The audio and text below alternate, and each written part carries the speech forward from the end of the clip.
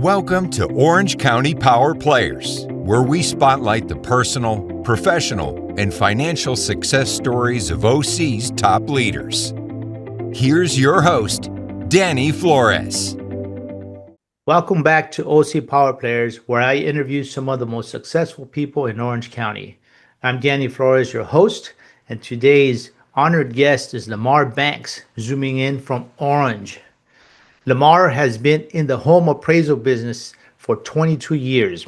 He started his company to help homeowners get a fair market value for their homes so that they can sell them or refinance their mortgages confidently. As a certified residential and FHA approved real estate appraiser, he can help you with your estate, trust, tax assessment, divorce, and pre-listing appraisal needs. You can count on Lamarr to be thorough, trustworthy, and professional, and always ready to help. Lamarr, welcome. Thank you, Danny. It's a pleasure to meet with you. Yes, so tell us, you're an appraiser. How did you get into this business? How did you learn the business? And give us some cool stories. Yeah, it was kind of on a fluke. I was a district manager for a large uniform rental company, and I was looking for something else to do. And a friend of mine's wife was an appraiser, and I didn't even know what an appraiser was or did. Mm-hmm. And so during a time that I was off work for a few days, I decided to ride along with her. Mm-hmm. And I like driving. That's one of my favorite things I like to do. And here she is, she's driving around, she's going to these really cool properties Mm-hmm. and meeting cool people and getting paid to do this. And I said, I didn't even know this existed. How do you become an appraiser? And so that's how it started. And that was like in 1999.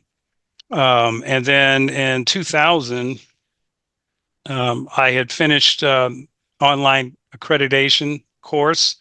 Uh-huh. And then once you do that, then you take the state exam to become a trainee. Mm-hmm. And then after that, I worked under 2 certified appraisers and 1 certified general, which is considered a commercial appraiser. Mm-hmm. And to this day, the techniques and the way they had trained me, I utilized their skills, Mm-hmm. plus my ability to drive and learn how to map and process my time quickly. So that's how I got started. Wow, yes. And so now how long do you have to be a trainee to actually learn the business? Going into a house, learning how to compare the comps, the size, the square footages, all of that. Well, to be honest with you, it's changed quite a bit, and I have not looked into it because I'm so far removed from it. Yeah. But I do know it's about 1,500 hours at least that you would have to Oh, wow. accumulate. Yeah, it's not a few, it's a lot. And you have to get signed off by the certified appraiser in order to get to your licensing level. Mm-hmm. And then once you're in your licensing level, then there's another level of hours that you have to take and accomplish. And then once you're signed off on that, you can take the state exam to be certified. Wow, Now, so it's quite a yes. process. So it's quite a process. And now they actually offer a more streamlined process to help trainees become licensed because there's so few of us.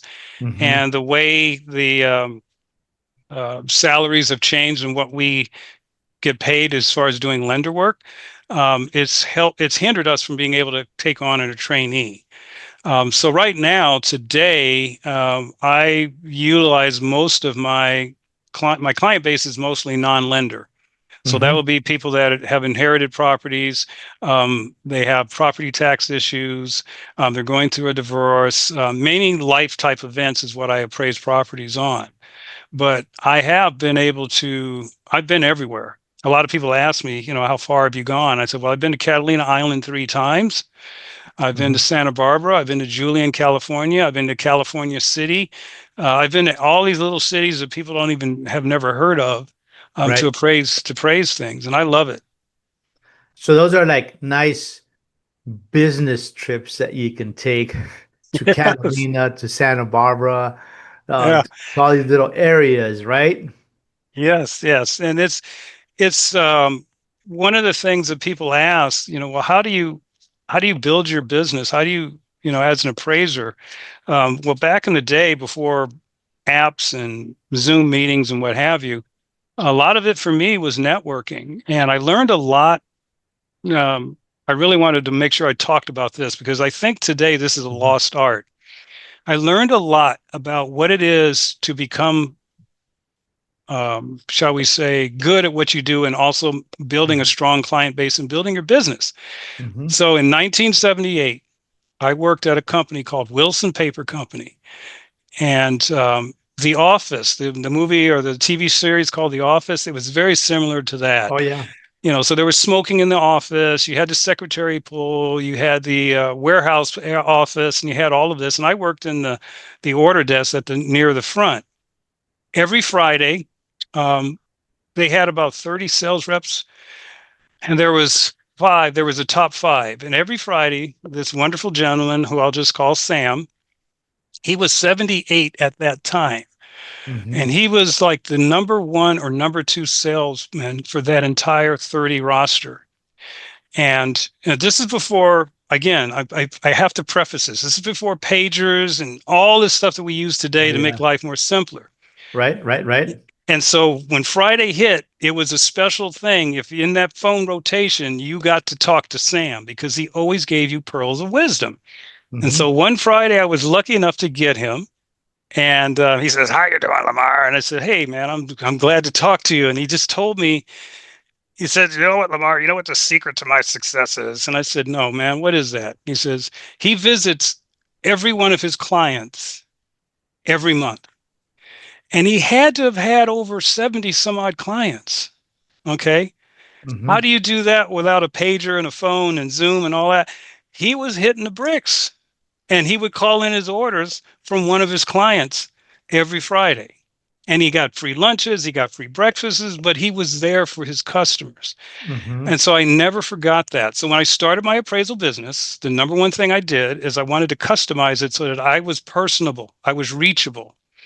And so I was one of those weird appraisers that when I had to build my website back in the day. This was like around 2002. So it's not like you can just go somewhere on the website and start building your own website. You had to find a web designer, and they weren't cheap. No. Then I had to go to a bank, and I had to be fingerprinted so that I could allow electronic payment transactions to happen on my website. I mean, it was a big deal back then. Yeah. But I did all of that because I wanted to be able to make it easier for my customers. Right, And then the last thing I did was put in my car. I had my own little Wi-Fi hotspot. I had to pay for a Wi-Fi hotspot for my car, connected to my pager, so that when people went on the website and placed an order, I got acknowledged that an order was placed and I could call them and thank them. Oh, that's what I was doing. Yes, so that's what I was doing in 2002, 2003, and people were blown away. That's big time. That customer service. Thank you for your order. 2 minutes later. Yep. Oh, wow. Yeah, that is, you know what, Lamarr, you are touching some super important points on customer service and the your ability to create a systemized way of touching those customers. And I think that's probably key to huge success. Yes. And so I have like 1, 2, 3, 4, 5. Yeah, I have 5 things that I think are keys to success. Not the only keys, but I really think these are crucial to have in your back pocket. Okay. The first thing is that if you're going to be in a business, you have to be a strategic connector. It's kind of like what you and I have already talked about. Mm-hmm. You need to listen to people's wants, even if it has nothing to do with what you do and what you may be transactionally going to do together. The whole idea is to understand this person, develop a relationship. You become more valuable when you know who it is that you're talking to. And then when you run into someone, even if it's not in your business, and they're asking you, "Hey, do you know someone?" I can refer that person to them. Right.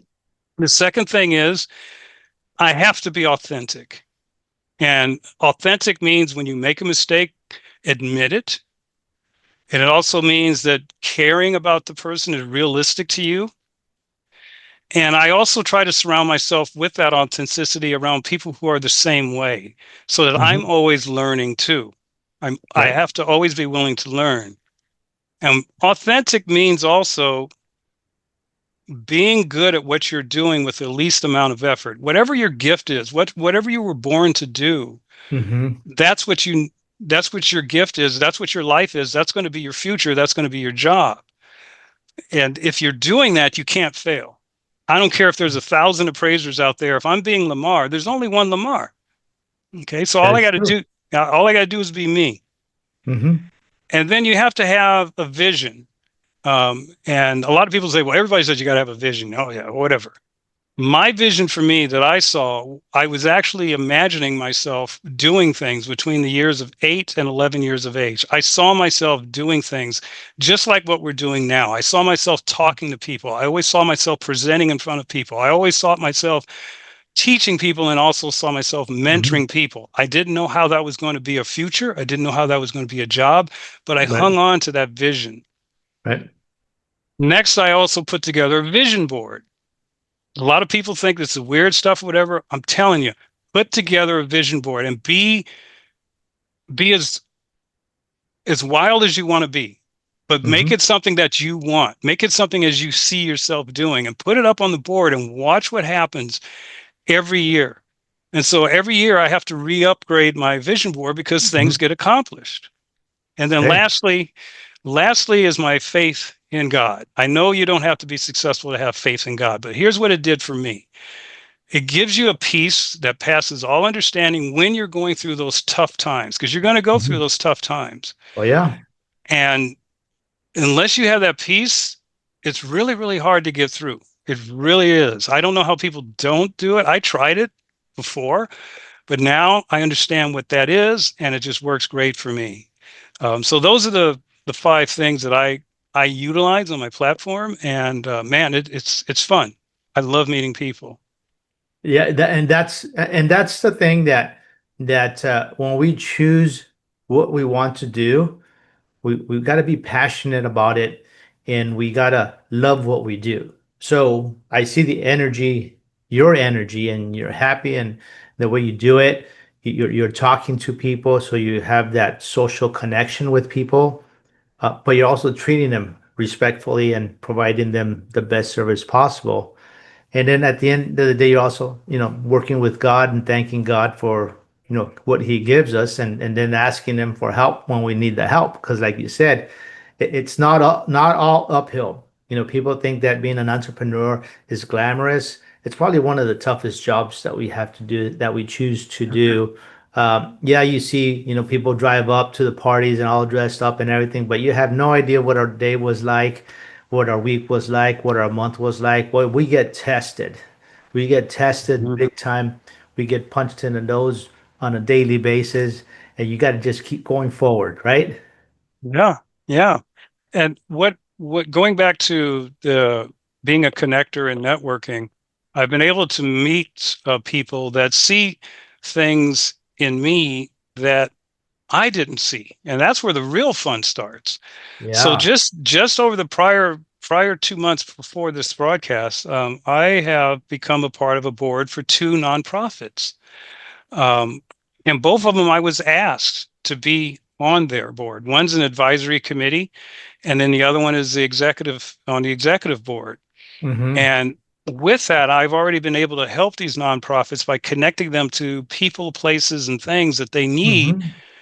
And that's even awesome. And so more fun gets into the play. So I'll give you a real fun example. So this one nonprofit that I'm on the board with, they help people, young adults, 18 to 28, get into jobs. And they have an apprenticeship program. And through that, then they can place them in jobs. The job aspect is, where do we find people that need these apprentices? Well, every time I go out to a real estate, sometimes I go out to real estate once a month, I'll go and meet an investor, and he's buying these vacant lands or these vacant buildings, and he needs to have them built. Sometimes they'll have a contractor, sometimes they don't. But those people always need people, because anywhere in the trade industry right now, it's a shrinking area. Mhm. Well, what this particular organization can do is supply those apprentices to fulfill the needs of these contractors. So Mhm. now that's another thing that I can fill.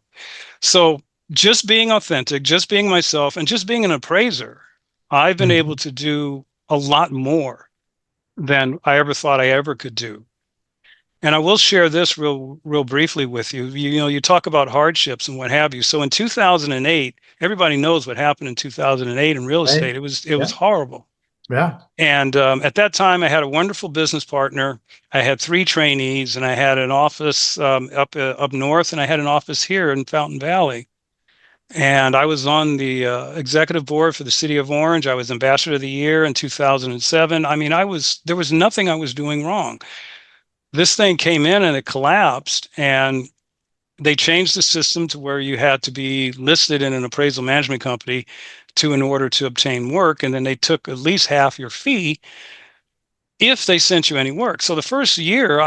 I made nothing. I made absolutely nothing, and so I had to get a job. So long story short, I saw on the internet they were hiring at Disneyland. I said, you know what, I got to get something. I have to have something. So I worked there, got a job there. And during that time, I still did appraisals on the side. Mhm. So at Disneyland alone, I was averaging, at 52 years of age, I was averaging 6 to 8 hours a week. And I was still working on the weekends doing appraisals. Okay. Wow. That's the kind of fire, that's the kind of desire, that's the kind of, you're not going to let anything stop you from getting where you want to be. And you have to Right. have that. Right. But during my time there, that's when I really discovered my ability to help others. I met so many wonderful cast members, and I helped so many wonderful people there. To this day, I'm still in touch with them, and I love them. I really do, and they know that. But they were asking me questions about life. You know, how do you do this? How do you do that? And I would just share it with them while I'm working with them. And it Wow. Yeah. also it yeah, but at the same time, it was telling me, hey, once you leave here, this is what you can really do. And that's what helped me get into these 2 nonprofits. That's awesome. Yeah. We have to. I like to say we have to give back, right? Society gives us, right? That's where our work comes from. That's where our success comes from. So we have to take our knowledge and give back. And there's so many different ways to give back to people, whether it's volunteering or helping or just talking to somebody or going to a food bank or just so many ways. I mean, we can try different ways to be able to do that. But to be able to, I like to look at it as if we can make somebody smile for the day, Yeah, that's a good yeah, day, right? That simple. yes, It'd be that simple. yeah. Um, and always living with that form of gratitude. Every day is a blessing. Every day is a good day. That is very true. I I can relate to a lot of people when they're struggling. Once you've been through it, you can see it in others, and they don't have to say a word. And so I will just go up to that person and just start talking to them and let them try and get out whatever it is that's frustrating them, because we always can identify with when someone's been through what you've been through, you just know. And so when I was touched I'll name the 2 organizations. So the first one I got involved with was Higher Ground. They're in Anaheim. And I met Joe Baldo, the founder, and Jordan Barrera. And I was just touched by everything that they were doing there, but I didn't know, what do you want me to do? I mean, I've got a degree in human development, and I've done this, I've done that. But to make a long story short, I was able to assist them in a program that they had put together with the city of Anaheim and a task force in Orange County to help kids that are getting out of human trafficking. And so they have a human trafficking prevention program, which reaches out to the Anaheim Union High School District schools.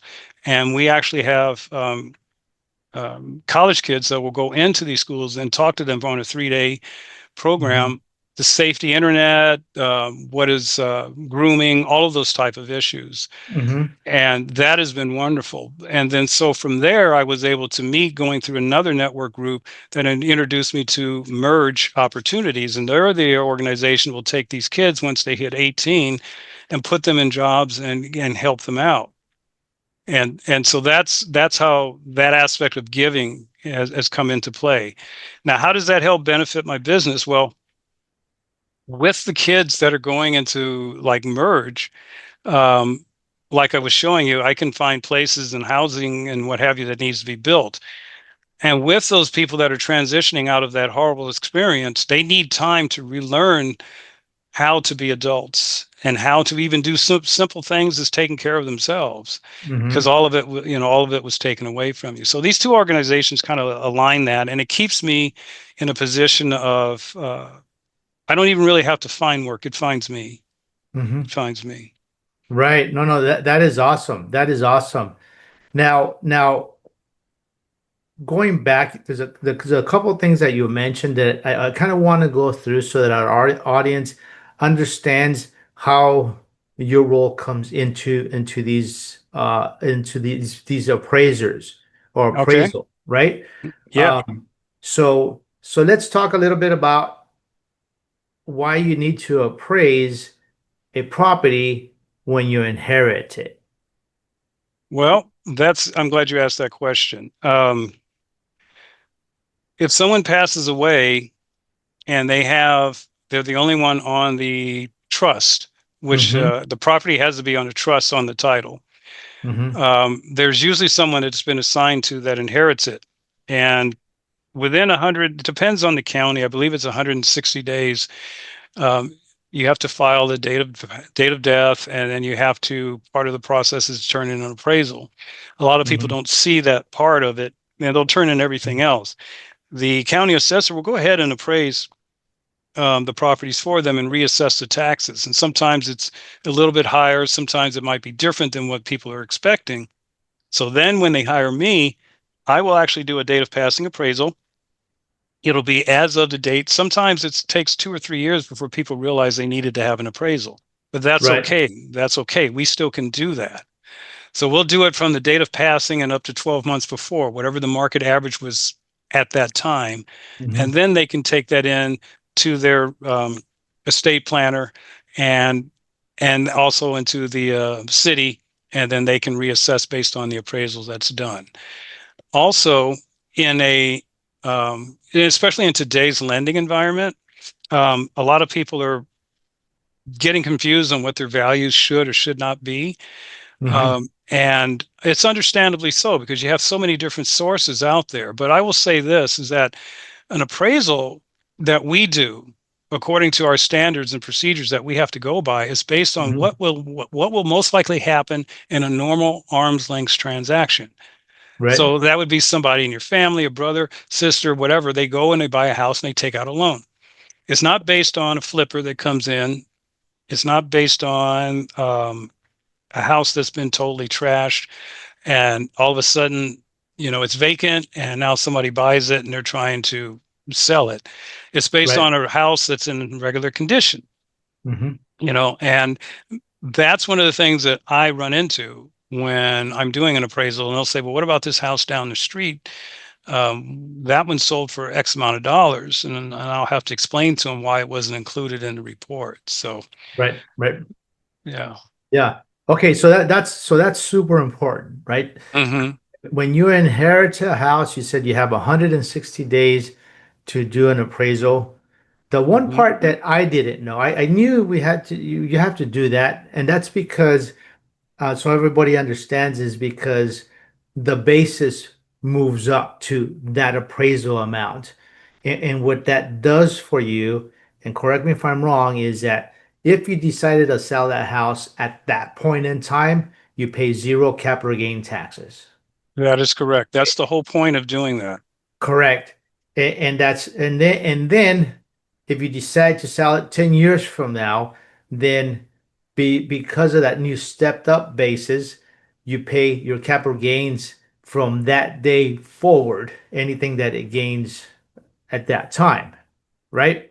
Yes, that is correct. And it keeps what we call most of those appraisals that I get in this specific area are from CPAs that are forensic CPAs. Mm-hmm. And they will tell their clients, this is why I'm doing it, and this is exactly why. Right. Sometimes I've been asked, as an appraiser, my CPA said I need to do this and this is why. And with my limited knowledge on that side of the fence, I'll tell them, yes, that's what I've been told, and this is why we're Mm, doing it. But if you need right. more questions answered, you might want to talk to your CPA. But yes, Right. you're exactly right in what you said. Okay. So then the second part is that I didn't know is that when you reassess and you figure out what the assessment is at that point in time, now you have a tax assessor that says, hey, your property is worth X now. We forgave you your capital gains taxes, but we're not going to forgive you on reassessing your property taxes. Is that correct? That is correct in some cases. I have not specifically ran into anything like that. But again, that's a good question for like a forensic CPA. Okay. So Um, then that's not necessarily true then. Your taxes do not get reassessed to the new property value, they should. They but should. Okay, so are you asking about if they sold it? no, no, if they did not if they sold it, they If they kept didn't get it. it? They Oh, they got it kept it. assessed. They kept it. They got it. Say the parents bought it for 50,000 and they got it reassessed for 300,000. Does a tax assessor come in and say, okay, it's a $300,000 property. We're going to do your taxes Yes. based off of that. Okay, so you're going Yes. to get your tax bill is going to go up on upon that Oh, assessment. yeah, that is correct because the original owner is deceased. Okay, okay, so that's interesting. Okay, so we got that. Next step is, does it need to be, do you want to assess a property when you put it in a trust? When it's put in a trust, it's not necessarily, you don't necessarily have to have it done. It's good to know just so that you have a basis of what the value was. Mm-hmm. Um, but you don't if you're just putting it in a trust. It's really not that Okay. necessary. Okay. And then maybe sometimes when people are doing family is doing estate planning, maybe there's a call or a need for assessment at that time to kind of see what the estate is worth, I guess, in a sense. Yes, it doesn't. I'll put it to you this way. It doesn't hurt. The fee that you're going to pay an appraiser when you're talking about real estate is so worth it. It's so worth the peace of mind. And I hear where you're going with it. Um, if you are putting together an estate and sometimes it's two or three properties, it's to your advantage to have an appraisal done so that you know at that particular period of time what the value was. Right. I had to do an appraisal for this gentleman. I did it a year and a half ago in property he purchased. And the assessment that he got after he purchased it, the taxes were just through the roof and he just wasn't sure about it. So he hired me. I Hmm. took a look at it and it looked strange to me. So what I did is I did a forensic appraisal and I went through the title. I went through how it's zoned. I took Hmm. comparables that were similar to what he had, and it was nowhere near where he was being taxed. And so, long story short, he was able to present that to the county assessor, my appraisal. And then they actually called me in on a Zoom meeting, to be a part of the process. And they were able to lower his taxes. Okay. It saved him, he paid me $500. It saved him 40,000. Wow. Right. So yeah, so it's a lot of people say, "Oh my God," when I tell them my fee, sometimes they say, "Oh, that seems a little high." I says, "Nah, not if you don't hire me." Right, It's like, right. What's the cost of not hiring you? So yeah, that's interesting. Okay, so if the county assessor reassesses your property, or even at purchase, they assess it incorrectly, then you're the man to call to go in there and provide the county recorder, whatever county it is, some data, some real yes, data, and saying this is the true value of this property. This is where you have to tax it at, not at what you were thinking, a lot higher than that. yes, exactly. So then I think the last piece of your services that would come in, and it's a sad time, but during divorce, right? During Oh, divorce, yes, probably have to go in there and assess some portfolios and the houses or whatever apartments or properties that are owned. Is that correct? that is correct. And so the process in that it's probably one of the most difficult for both parties. That's number one. Both parties will have their own attorneys, and both parties will have the ability to hire their own appraiser. But because they have their own attorneys, each attorney, in all fairness for each party, will usually give each party 2 or 3 different appraisers to call. So it Mhm. keeps everything random and fair, Right. which I really like. And so I've done quite a few in LA County. I've appeared twice in a as a expert witness for LA County ones, and then I just earlier this year I appeared in person as an expert witness here in Orange County. And a lot of it has to do with, again, we're looking for a normal arm's length transaction. Mhm. And the emotional part of it is one party will feel it's worth this, one party will feel it's worth that. And I'm just coming in as a fair market value. So 9 times out of 10, I won't be the only appraisal that'll be done in that situation. There'll be another one done on the opposing party side, which is good. And then that gives the judge the ability to put in where he feels the house is worth. Right. Okay, that keeps it fair. Yes. Wow. All right, Lamarr, you've talked about a lot of good things here, reasons to get appraisals, the money that an appraisal can save, reassessment, your ability to give back.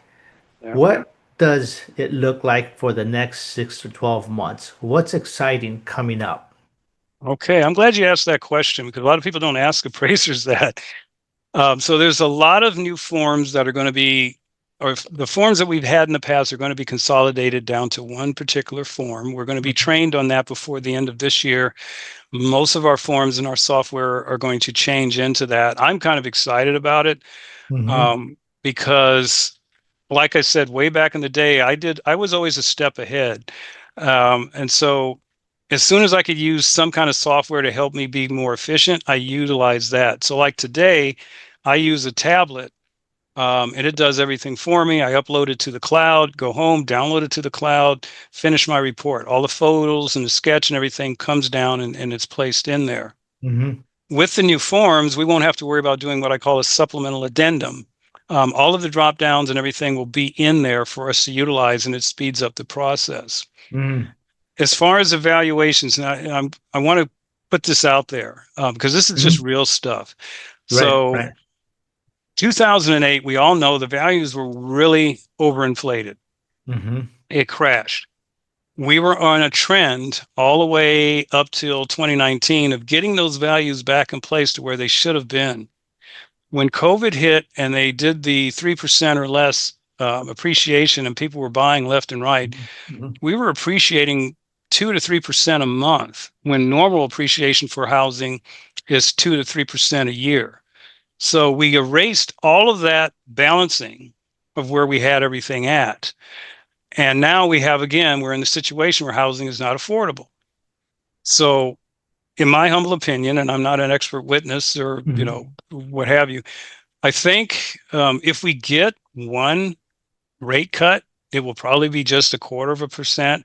which is already absorbed in. So really nothing's going to change. Mm-hmm. But that's a good thing because we still need to see the values kind of soften a little bit more. We need to see the economy come up a little bit, and we need to see the ability to afford to come up for those changes. And we need more inventory.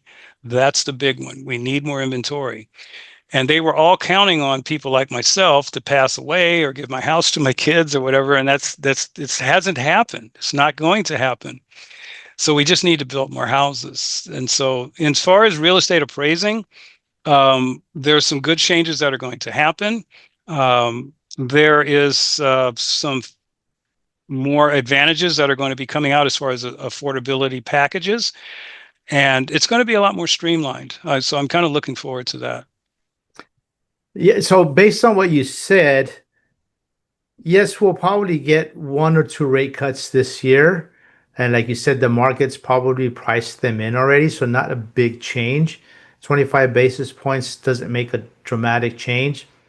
Um, if more people would come out, and I know that the trigger they're not selling because why would you sell a 3% mortgage and go out and get a 7% mortgage? It's like it doesn't make sense. So people are hanging on to the houses. That's obvious, right? Um, but if more inventory comes to market, that would soften the price, help the prices soften a little bit, I think, right? Move the prices down, Yes.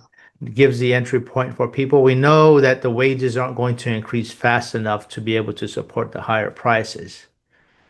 Yes. And people also have to understand, see, we're a witness to this. All of us in real estate are a witness to this. You have to understand that between 2002 and 2006, the electronic movement of valuations moved fast. And when I first started as an appraisal, 60 days to close a home, 90 days to close a home, that was a standard. Everybody just expected that. It's going to take 30 days for this person to move, 30 days for me to close the loan, 30 days for me to move in. Now it's 3 to 4 to 5, 6, 7 days. So you multiply that time, millions of properties across the United States. Now we're going to be, if they lowered the interest rate to 3% today, where do you Oh, think it'd the be value? crazy. Yeah, the It'd be crazy. values, it'd be crazy, and we'd be worse. We'd be worse off. So when I bought my first house, it was not at 6, 7%. It was over 10. So it's like this is still a good rate. We just need to see the cost go down. But I really feel like you were saying, if we could get a larger inventory across the United States, not just here in California. Right, right, right. This is a Yeah, national, this is a national yeah, thing. And yeah, it will yeah, make everything will start moving like crazy again. yeah. Anything to do with housing, the building materials, all of that. Mhm. Correct. Well, let's see, right? Let's see what happens. Yeah. So, well, Lamarr, thank you so much for sharing all this valuable information. And so, if anybody that's listening to us and they need the best appraisal in town, how would they get a hold of you? Well, they can go to my website. One of the things, my moniker is I go close, I go far. I'm Lamarr with two R's. So if you go to Lamarr with two R's, and that's Lamarr with two R's, so Lamarr with, and then the number two, rs.com, you'll see my website. You can contact me there. You can get a hold of me at my phone number, 714-292-5363. And I'd love to be able to take care of you. If I can't take care of you, I'll refer you to someone that can. All right. Well, Lamarr, thank you so much for coming on and congratulations on your success. Thank you. It's been a pleasure, Danny. Yes, and to our audience, please go to ocpowerplayers.com and follow us on your favorite channel. Thank you, Lamarr. Thank you. Record this part because this is a conversation. This is how I take my notes. So yes, I like your feedback in saying that somebody you kind of justified it and checked me out and says, okay, he does have podcasts that he's for reals, and you're listening to them, and that's the feedback that I like. That kind of drives me even more because it's something of valuable content for people, right? You're It listening is. to it, you're learning, you might learn something, and I try to create the titles so that they're catchy and they explain what that podcast is about. So as you're thumbing through and say, okay, what looks interesting? And like, oh, that one. Yeah, I like that one. And then you listen to it. So yeah, it's like Lamarr, it's really weird how this is really working out. I had no idea this was going to be evolving. It's continued to evolve. Um, I think it's going to be something bigger than I could ever imagine right now, to be honest with you. This is your gift, man. I mean, see, this goes back to I really believe in this. Because I've only seen it happen in my own life, and then I've also finally seen it happen with other people. If you're doing something because it pays well, that's all it's ever going to be for you. But if you're doing something because it's what you like to do and you're good at it, and you didn't have to go to school to be you. You didn't have to go to school to learn how to do a podcast. It just comes to you naturally. So if that's what comes to you naturally and you keep getting these ideas, you're hitting a home run. And Yeah, I applaud you for that. thanks. But you know what? You said I didn't have to go to school for this, but life has prepared me for this, That's right. That's your schooling. right? Life has Yeah. prepared. So I have a son who's very shy. I have four boys. Um, Yeah. well, one of them is really shy and he struggles with that. And I said, son, don't feel bad about it. I was your age. And I was the exact same way. I couldn't talk to people. I would never talk in front of an audience. God forbid. There's no way. I feel like I had to pee my pants and like just couldn't do it. But I fought it and I fought it and I fought it. And I learned over life to understand one thing: do the reps. Just do them. Might not be graceful in the beginning, but just do the reps. And I remember when I started the podcast, to be honest with you, I was nervous, and I Yeah. followed a skid of questions, and then I knew that each time I was going to get better and better and better and better. I just have to do it as I go into the gym and just working out, not seeing any results, but just stick with it, right? Keep pushing, keep Yeah. pushing, keep pushing, and all of a sudden, boom, there you go. So I got rid of my pacifier and I says, you know what? I have to think of who's listening and I have to think of questions as we're talking. I take notes. I don't know if you notice, as you're talking, I'm taking notes and I'm coming up with questions at the same time, something that would create interest and provide value. So yes, so it's practice that's got me here. I'm enjoying every minute of it. I meet people like you that have great stories. Yes, and I'm going to work on that. I tell everybody that like, okay, these are my plans. So I'm going to work on that. And if this is a gift, you know what? God has given me many gifts. I am truly Yes. right. So, I'm right there with you on that. so now well, our core business though is helping people, and so we help business owners such as yourselves in the alternative investment space in multifamily, where we're able to produce double-digit returns and great tax benefits. Is Mhm. that something you'd be interested in listening to? Just what we do and how that works. Yeah. Yeah. I'd be interested in that. Yeah. Okay, so let's schedule it. It'll be about half an hour of your time. Let me see real quick. Let me pull up my calendar. So when you say multifamily, are you talking about real estate? What are you talking Real about? estate. It's real estate, large apartment buildings. Okay. And so you invest in it Yes, and you're looking for partnerships? right, Yeah. exactly. And Gotcha. and we put partnerships together where we're able to bring some of these deals to people that don't have access to them. And sometimes, they start small and we're able to help them. I have my sons, my sisters, my mom, my friends, cousins, so many people that I help, right? I look at it as I help these people and help them create wealth. Yep. So that's my way of giving back. And I love doing that also. So I am looking, what does the ninth or the 10th look like for you next week? The ninth, probably around this same time would work. Oh, the ninth, I only have one at 4:30. If not, we Ooh. can look at another day. 4:30. Actually, that would work because you said it's only a half an hour. Yeah, half an hour. Uh-huh. Yeah, I can do it. I can put in my calendar now, 4:30 on the ninth.